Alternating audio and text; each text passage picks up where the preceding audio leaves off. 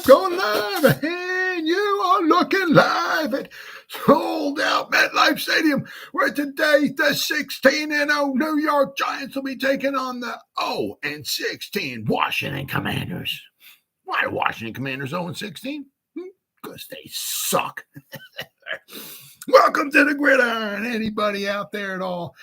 Anybody at all? I'm going to spend a little bit of time with me here this evening. Thank you so much from the bottom of my heart. I greatly appreciate it. Or anybody spends any time at all watching any of the replay of this, once again, thank you so much from the bottom of my heart. It means so much to me. Thank you. I'm going to try to go back. Oh, man.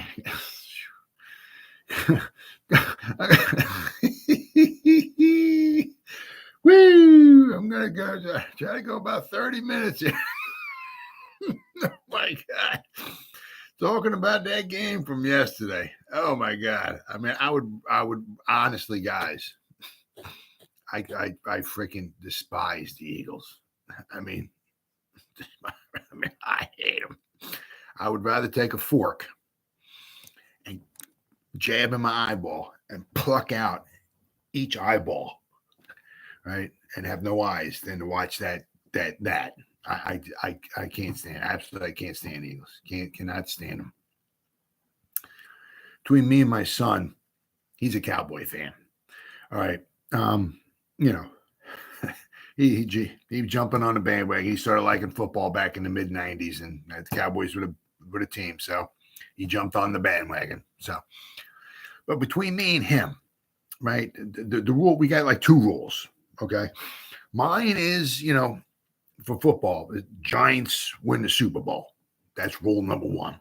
For him, it's the Cowboys win the Super Bowl. That's rule number one. But for me and him, rule number two is the same. Okay. If rule number one doesn't work out, where the Giants don't win or the Cowboys don't win, okay, rule number two comes in, which is anybody but the Eagles. Anybody. I don't care if Tom Brady wins the next 300,000 Super Bowls. I don't care. As long as it's not the Eagles. Right? My goodness, oh my God. Anybody got anything to say? Just throw in the chat box. I usually check on the chat box, like every 10 minutes or so. So anybody got anything to say, just fire away. And I try to respond to it. Okay. Before I get started, if anybody wants to help support my channel, it would mean the world to me. I got there's a link in the description box. There's the top link in the description box.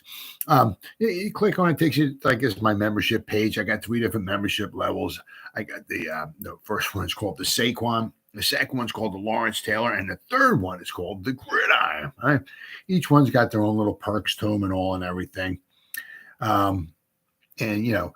They got loyalty badges. There's emojis to them and everything. I got 4 emojis. Eventually will be a 5th emoji coming out. I had them made up on Fiverr. They're pretty cool looking. I get a kick out of every time I look at them. I get a kick out of them. But anybody who wants to help support my channel, that's the top link in the description box. Just click on it. Just please feel free to support my channel. It would mean the world to me.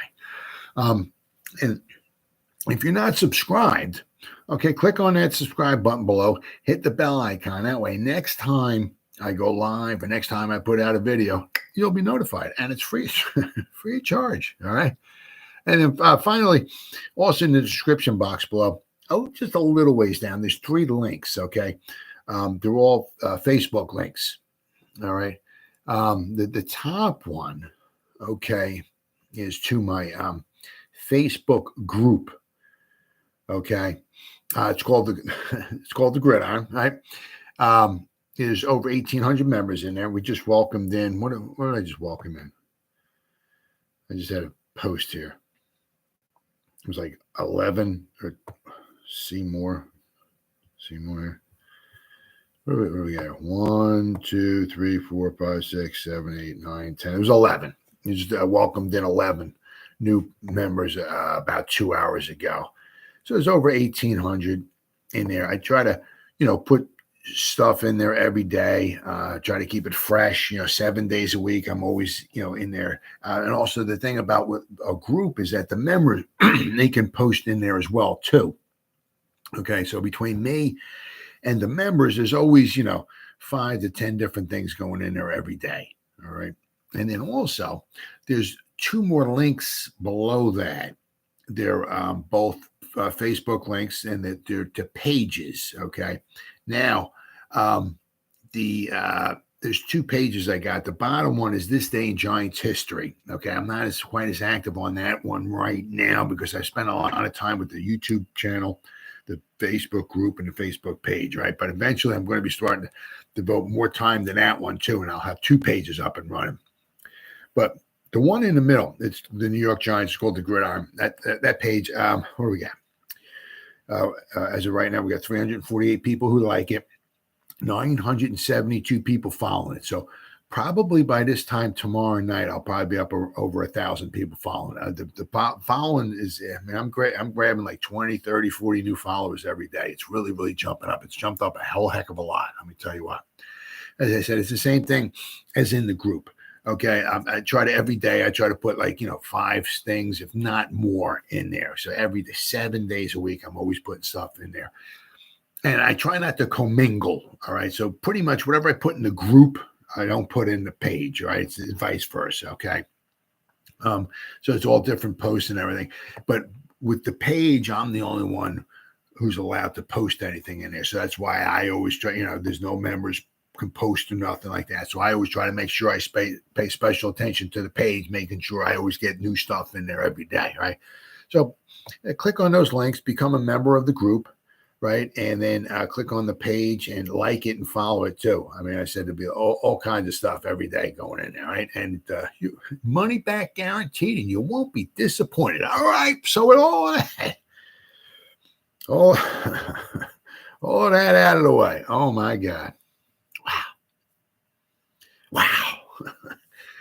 Yeah. I tell you what, if and that's the beauty of football, okay? Not getting killed like that by your arch enemy, right? But you got every Sunday you got to play the game, right? So I mean, just because the Giants the last weekend of the season have to go into Philly doesn't mean necessarily the Giants are going to lose. Well, we were losing, right? It was 48-14, right? So we were losing by 34 points at one point. Yeah, we were losing by 21-0, 34. So that doesn't mean we're going to get massacred. Hopefully, we don't get massacred at all. Hopefully, we win. But we on the Eagles came on the road and they were beating us by 34 points at one point. So when we play in Philadelphia, it could be a totally different ballgame. Not saying the Giants are going to wind up winning. Okay. But the Giants might lose by a touchdown or something. It might be a lot closer. Let's hope. The thing is that game, the final game of the season, okay, if the Cowboys and the Eagles keep winning, which is a possibility, okay, it's a possibility. That last game of the season could be huge, absolutely, for the Eagles, okay? And for the Cowboys as well. Because you got to look at it like December 24th, okay? The Eagles go into Dallas to play, okay? And so that's not this weekend, the following weekend. It's going to be a big game. Because then if the Cowboys win this weekend, if the Eagles win, the Cowboys will have 3 losses. The Eagles have 1, right? Or if the Eagles lose and the Cowboys win, right? I mean, that game, regardless, is going to probably be a huge, huge game. Unless the Cowboys stumble. If the Cowboys lose, right, like this weekend, and they have 4 losses and say the Eagles win, then the Eagles, that game, the Cowboy game, in a couple of weeks, when the Eagles, Cowboys in Dallas, it'll be, be a big one, but not quite as big. But I'm saying, but if they both win this weekend, going in there into Dallas, because if the Cowboys win, they'll have 2 losses. I'm sorry, they'll have 3 losses. The Eagles will have 2. Okay, so the Cowboys, they keep winning. The Cowboys win out I'm just saying if, because they almost lost to the Texans this week, right? So any given Sunday, right? But it could come down to the possibly maybe where that last game of the week of the season, Giants in Philly. Wow. Let me see. Is it Dallas? Let me see. Oh, wait. Maybe I can figure this out here without doing all that kind of stuff here. Let's see here. I can figure this out. I'm trying to figure out. Just trying to figure out here. Was it in? See, we got Dallas. Okay. Wow. Yeah. Okay. That's all right. That could be a real big one. We got it's in Washington. Dallas in Washington. What the heck was it? I know the Cowboys beat them earlier in the season. Early on. Okay, it was week 4, 25-10. At home, they beat the Commanders 25-10. Okay, but so that could be a huge game. But my thing is that the Eagles might need that last game of the season, okay, against the Giants. So obviously they'll be putting all the guys, all hands on deck in there, all their starters and all of that and everything. We're obviously going to make it very, very difficult on the Giants.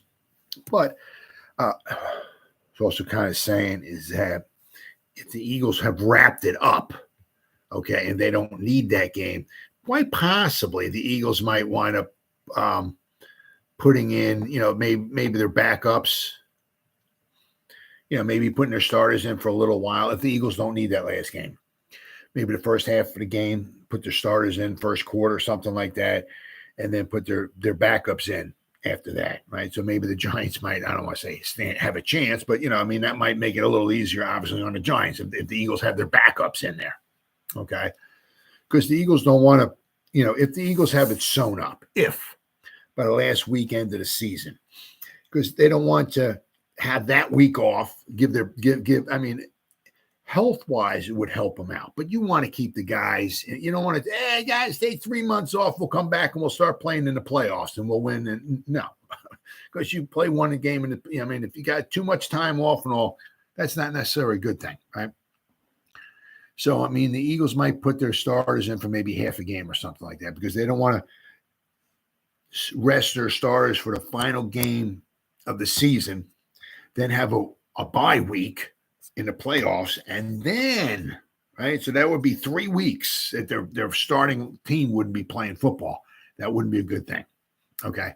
Rest-wise, oh yeah, they would be loving it. But you want to keep that cohesion going. All right. So they would probably definitely want to put their starters in there for at least some of the game. All right. So but I'm saying that final game that could be huge. Dallas in Washington and Giants in Philadelphia. All right. It's going to be tough for the Giants now. We've got this game coming up here against the Commanders. Now, this is probably, obviously, after this week, even if the Giants were to lose, the season over? No. For the playoffs? No. Is it starting to look a little bleak? Yeah. Because if the Giants go lose, they'll be 7-6-1. Then on a short week, they got to go on the road again. They'll actually stay on the road, right? But they got to play the Vikings on Saturday. So they're playing Sunday night, and then they got to go back on the road again and play in Minnesota on Saturday. So they'll have a shorter week, I guess, if you want to say, because Minnesota's playing during the daytime, right? So Minnesota will be resting up a few more hours than the Giants. All right. But Minnesota's, they did trip up against Detroit, right? But Detroit's coming on too. So don't count out. I'll tell you what. Let me tell you freaking what. I'll tell you what. If the Detroit makes the playoffs, Campbell's got my vote for Coach of the Year. Let me tell you what. All right. I don't care about, any of this Eagle record, McCarthy with the Cowboys. I tell you, you give Campbell the team that he has, okay, brand new quarterback, and not brand new quarterback, but you give them the team that they got, and if they can make the playoffs, especially if they started off really bad, they make the playoffs. Campbell's got my vote for the Coach of the Year, without question. But so the Giants, if they lose here, to be 7-6-1. Then they got to play the Vikings in Minnesota. Could be 7-7-1. All right. Then maybe we beat the Colts 8-7-1, and then the final game of the season we got to play the Eagles. Could be 8-8-1. So there's a possibility. I mean, there's all, let's say if the Giants can rebound, put the big boy pants on, and actually at least play some football where they're not getting blown out of the stadium. At least play a good game, and maybe they can beat the Commanders. Right, that would be huge. That would really, really be huge if they can beat the Commanders, right? Because not only that, I mean, if they can beat the Commanders will therefore then have to wind up with a better record than the Giants to get into the playoffs. Because the Giants would have the head-to-head because they tied one game, and then whoever wins this week has got the head-to-head, right? And then it would have the head-to-head, and there would only be 3 games left. So this weekend coming up is huge. So going to be very, very interesting to say what New York Giants football team steps onto the field Sunday night in Washington. Very, very interesting. Okay. So now what do we got? We got the Giants. Okay. Daniel Jones, the PFF, according to PFF, the offensive grades here. Okay. Daniel Jones graded out the best. Okay. Against the Eagles. He graded out a 78. Right, he was under duress the whole time. What was his fun? I mean, his stats obviously weren't gaudy. 18, he was 67%, 66.6, right? 9. Yeah, he completed 2/3 of his passes, almost 67%. Right, with no wide receivers, basically. Okay, no pass protection. He got sacked 7 times. Well, no, he didn't get sacked 7 times. He got sacked 4 times. Tyrod Taylor got sacked 3 times. Unbelievable. He had 1 touchdown, no interceptions. All right. So he had only 169 yards. He ran the ball 4 times for 26 yards, and he had the 1 touchdown. Right. So he graded out very well. All right. He graded out 78. Andrew Thomas graded out a 71.8. His pass block was 63.6. Isaiah Hodgins, another good game. He graded out a 70.9. He was in there for 57 snaps. What did he have? We had three receptions, was it? Oh, 4. There you go, 4. And back-to-back games with touchdown receptions, okay? Now, is he going to be number 1 wide receiver? Absolutely not. But might be somebody to keep an eye on. Maybe we wind up keeping him for next year, right? Let's see. Gary Brightwell was in there for 21 snaps. He graded out a 70.4. Tyrod Taylor, 12 snaps. Graded out a 68. He did very well. He did well. Of course, he got sacked 3 times too. I mean, it'd be nice if we were actually be able to pass protect. That would be nice, right? Saquon was in there for 20 snaps, 67.6. I mean, I don't know. If he was banged up and this, that, and the other thing, once you're down 21, you hate just throwing the towel in and all and everything. But it's like, I'm glad he only played 20 snaps. That's good. Okay. Let's rest him up a little bit. Hopefully, maybe his shoulder and his neck will be better when we play the Commanders next Sunday night. We can only hope. Mark Lewinsky was in there for 52 snaps, graded out of 66.3. Nick Gates, okay, he was in there for 64 snaps. He graded out 64.4. And Jack Anderson was in there for 12 snaps at left guard, they have here. 63.2. Richie James was 58 snaps. He graded out 61.6. Now, he led the team. Was it 7 receptions? Yeah, 7 receptions for 61 yards and 1 touchdown. 7 receptions on 9 targets. Okay. Darius Slayton was in there for 53 snaps, 59.7. He graded out at. Daniel Bellinger, 39 snaps, 58. Marcus Johnson was in there for just 6 snaps. He graded out at 55.4. Kenny Golladay. Now, did he have any catches here? Kenny Golladay. No, of course not. Nope. I wasn't sure if he did. If he did, he only had like 1, but no, he didn't have any. let's say Kenny Golladay. He was in there for 9 passes. So he ran 9 pass patterns, but no targets.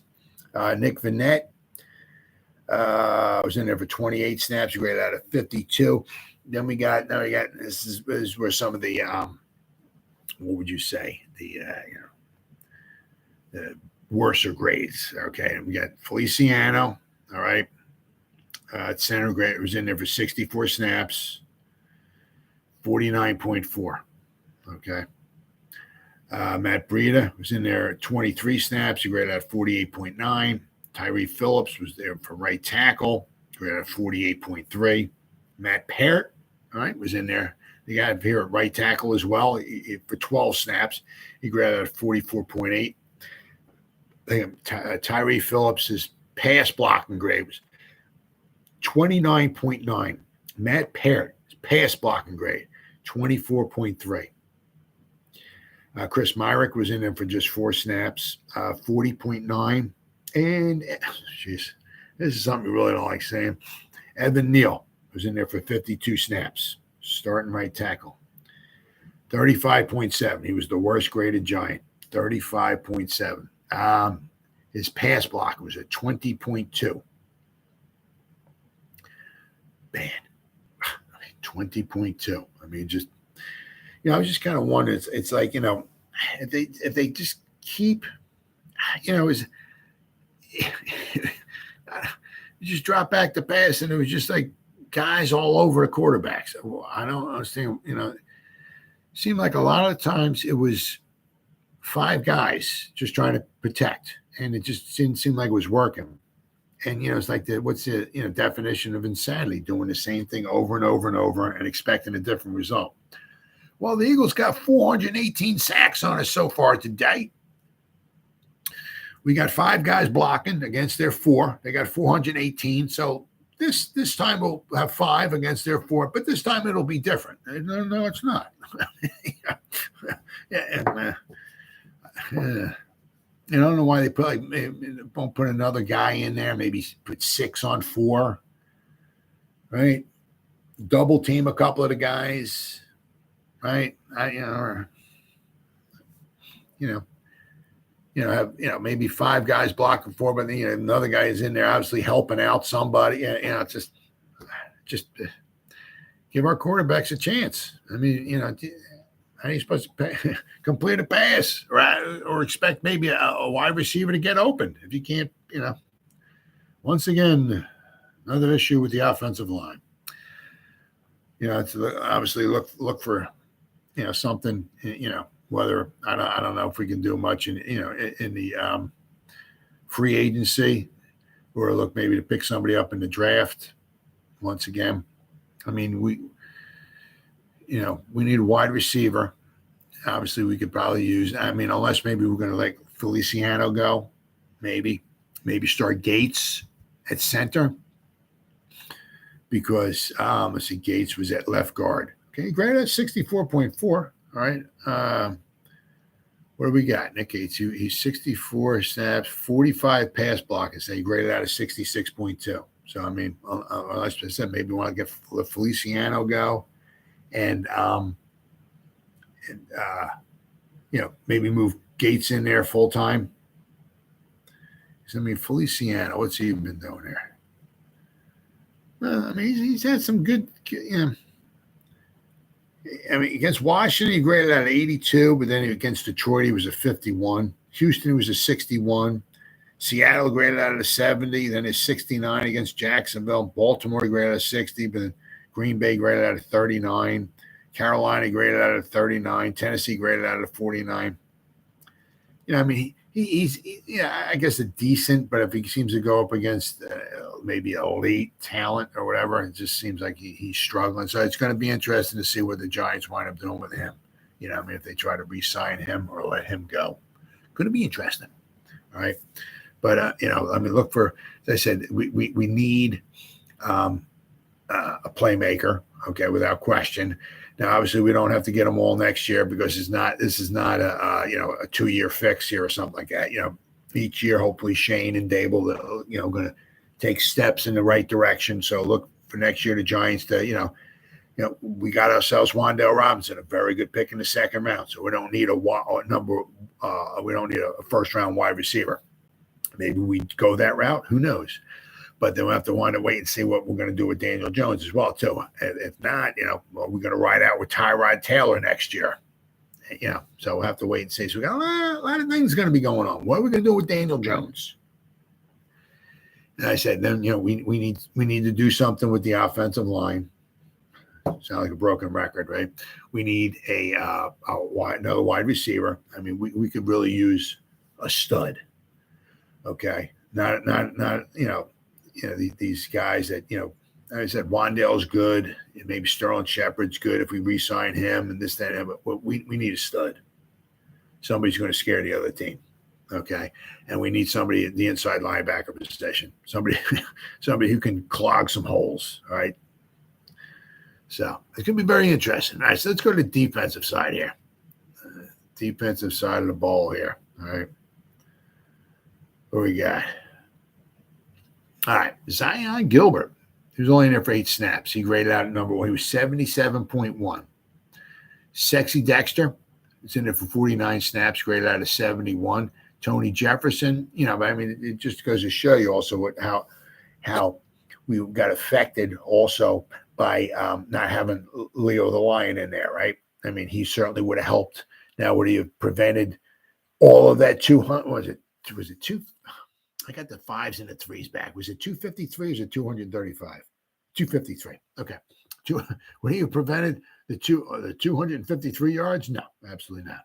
But, would he have helped? Absolutely. Sure. Tony Jefferson was a strong safety for 22 snaps. He had a 69.1. Ryder Anderson got himself a sack. Yeah. All right, baby. At left end, 37 snaps, graded out of 67.7. Julian Love, 62 snaps, graded out of 67. Cordell Flott was in there for 24 snaps, graded out of 66.8. Jason Pinnock was free safety for 57 snaps, graded out of 63.8. Justin Ellis, 27 snaps, he graded out of 62.8. Dane Belt was in there for just 7 snaps, graded out of 57.3. Azeez Ojulari, welcome back, brother. Got 2 sacks, huh? So he's doing good. He's doing good.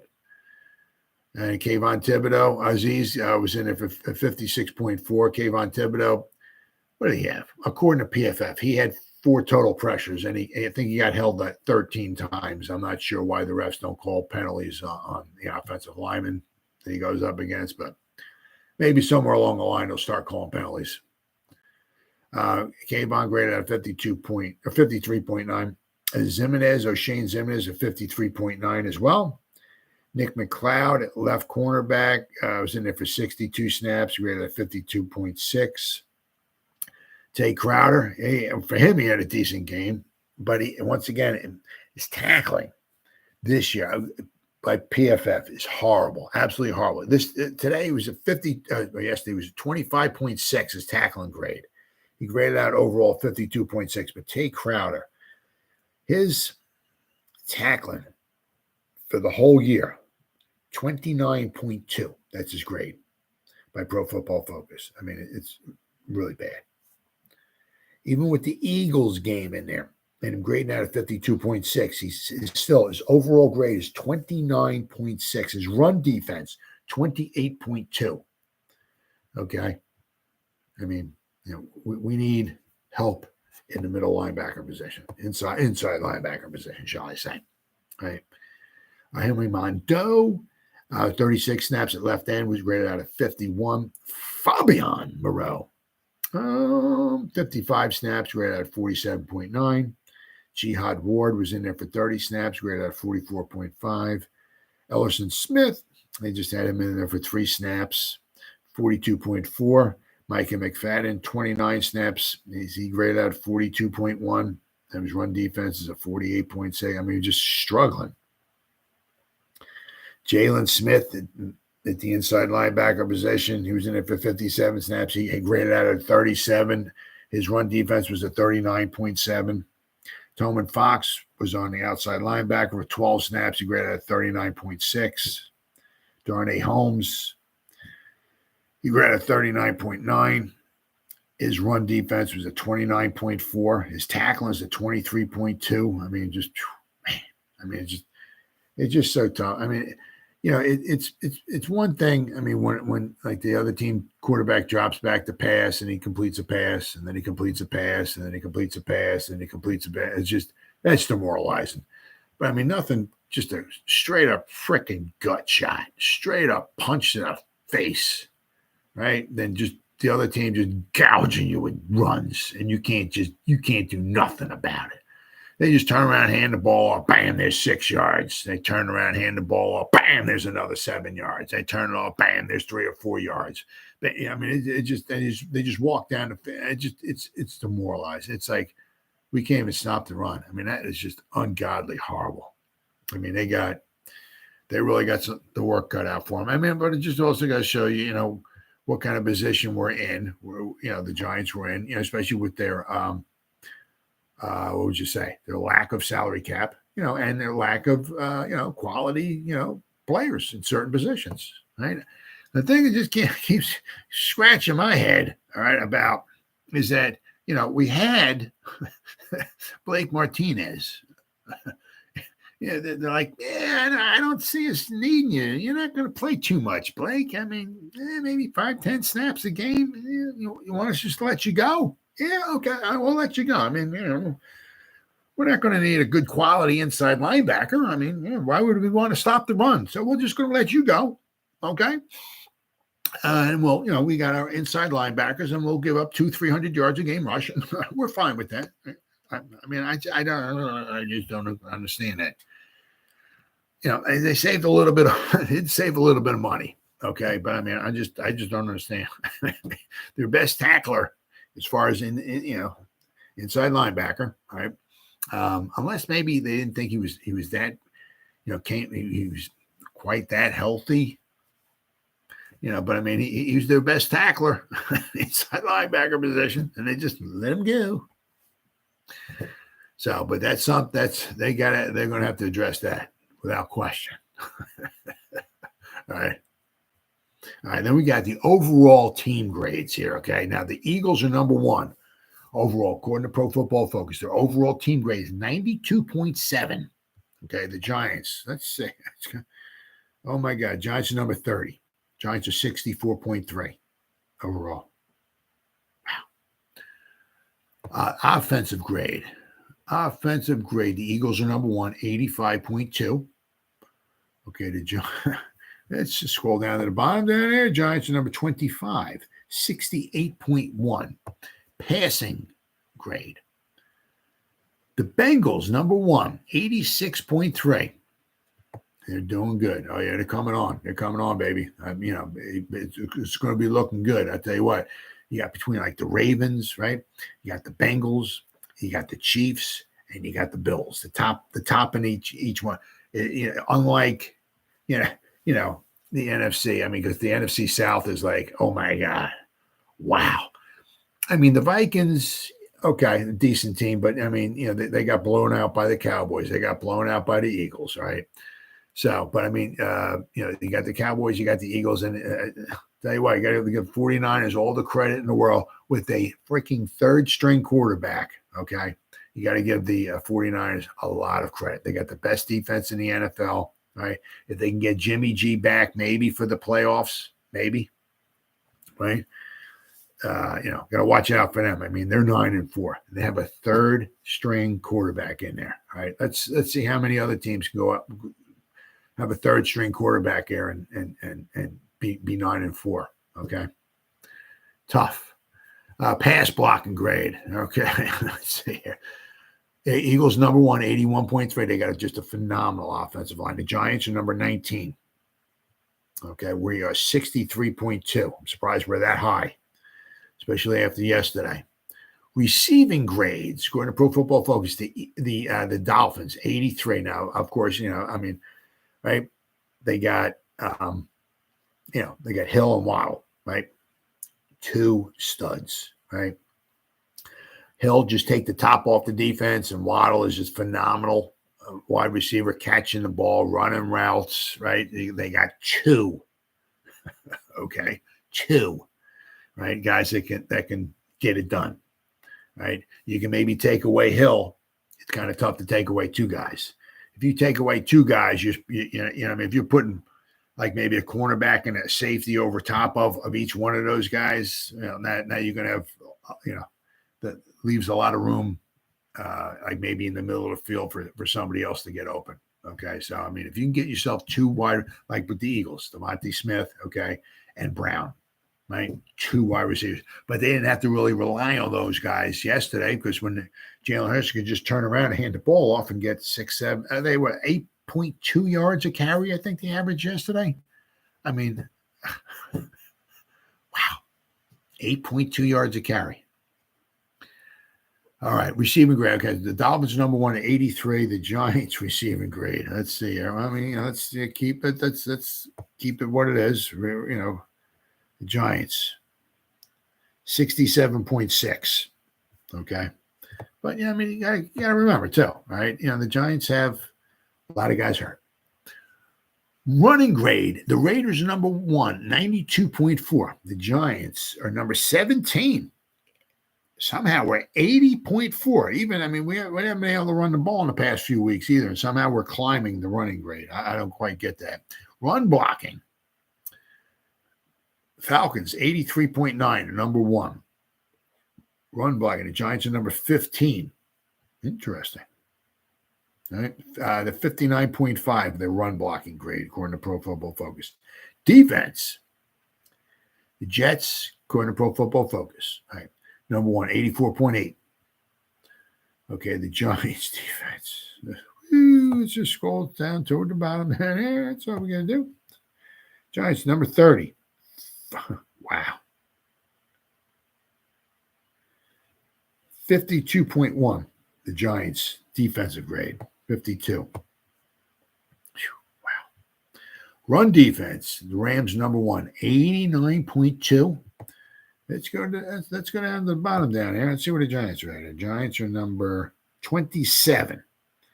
The Giants run defense. Hold on. Excuse me, guys. Giants are number 27. Their run defensive grade, according to Pro Football Focus, is a 44.